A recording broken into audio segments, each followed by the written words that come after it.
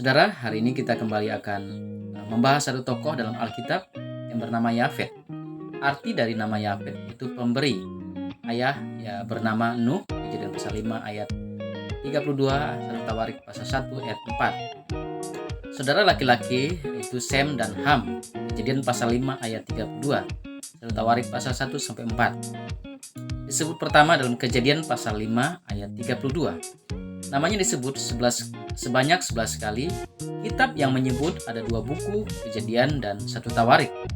Yang terakhir disebut dalam 1 Tawarik pasal 1 ayat 5. Fakta penting dari Yafet ini, ia anak bungsu dari Nuh, Kejadian pasal 5 ayat 32. 1 Tawarik pasal 1 ayat 4. Yafet salah seorang putra Nuh, biasanya yang disebut terakhir dari ketiga putra Nuh dalam Kejadian pasal 5 ayat 32, pasal 6 ayat 10, pasal 7 ayat 13, pasal 9 ayat 18, dan ayat 23 dan 27, dan 1 Tawarik pasal 1 ayat 4. Tapi keturunan pertama sekali disebut dalam Kejadian pasal 10 ayat 1 Tawarik dan 1 Tawarik pasal 1 ayat 5 sampai 7. Dialah leluhur dari beberapa suku dan bangsa yang kebanyakan dari mereka mempunyai nama yang di dalam sejarah dihubungkan dengan daerah-daerah sebelah utara dan barat Asia Barat, terutama daerah Anatolia dan daerah Egea. Yafet dan istrinya terdapat di antara 8 orang yang diselamatkan waktu air bah. Selesai bencana itu, ia dan Sem menutupi aurat Nuh, bapak mereka, karena telanjang. Dalam membuat doa Nuh sesudah peristiwa itu, ia memohon kiranya Allah meluaskan tempat kediaman Yafet, dan hendaklah ia tinggal dalam kemah-kemah Sem, dan kiranya Kanaan menjadi hambanya dalam Kejadian pasal 9 ayat 27. Dalam kutipan bahasa Arab, namanya biasanya disebut sebagai Yafet ibnu Nuh, Yafet anak Nuh. Bagi orang Yahudi, Muslim, dan Kristen yang menganggap genealogi kitab Kejadian secara historis akurat, Yafet biasanya dianggap sebagai bapa dari semua bangsa Eropa.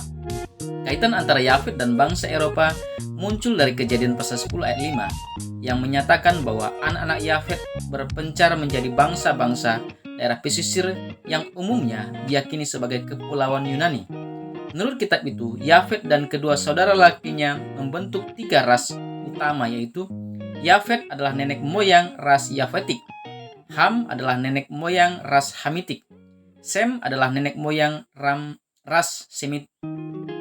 Istilah Yafetik juga diterapkan oleh William Jones dan para ahli bahasa pra-Darwinian lainnya terhadap apa yang tidak kelak dikenal sebagai kelompok bahasa Indo-Eropa. Dalam pengertian lain, istilah ini juga digunakan oleh ahli bahasa Soviet Nikolai Marr dalam teori Yafetiknya. Dalam Alkitab, Yafet digambarkan mempunyai 7 orang anak lelaki, yaitu Gomer, Magog, Tirasi, Yawan, Mesek, Tubal, dan Madai. Menurut Josephus dalam bukunya Antiquities of the New Jews,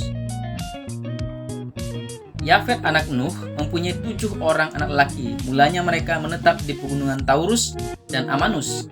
Kemudian mereka pindah ke Asia hingga ke sungai Tanais, dan hingga ke Eropa sampai ke Kadis, dan menempati negeri-negeri yang mereka datangi yang sebelumnya tidak berpenghuni. Mereka menamai bangsa-bangsa sesuai dengan nama mereka sendiri. Josephus kemudian menguraikan secara terinci bangsa-bangsa yang konon merupakan keturunan dari ke-7 anak lelaki Yafet. Di antara bangsa-bangsa itu, para penulis yang belakangan telah mencoba membaginya sebagai berikut. Yang pertama, Yawan, yaitu Yunani, Ionia. Magog, itu keturunan Skythia, Slavia, Irlandia, Hongaria. Madai, keturunannya Mitanni, Manai, Media, Persia, Indo-Arya, Kurdi. Tubal, Tabal, Georgia, Italia, Iliria, Iberia, bangsa Bosnia. Tiras, Traisa, Goth, Jute, Teuton. Mesek, Frigia, Iberia, Kaukasus, Algonkia. Gomer, Skythia, Turki, Armenia, Wales, Pirk, Irlandia, dan Jerman. Demikianlah tentang tokoh yang bernama Yafet ini.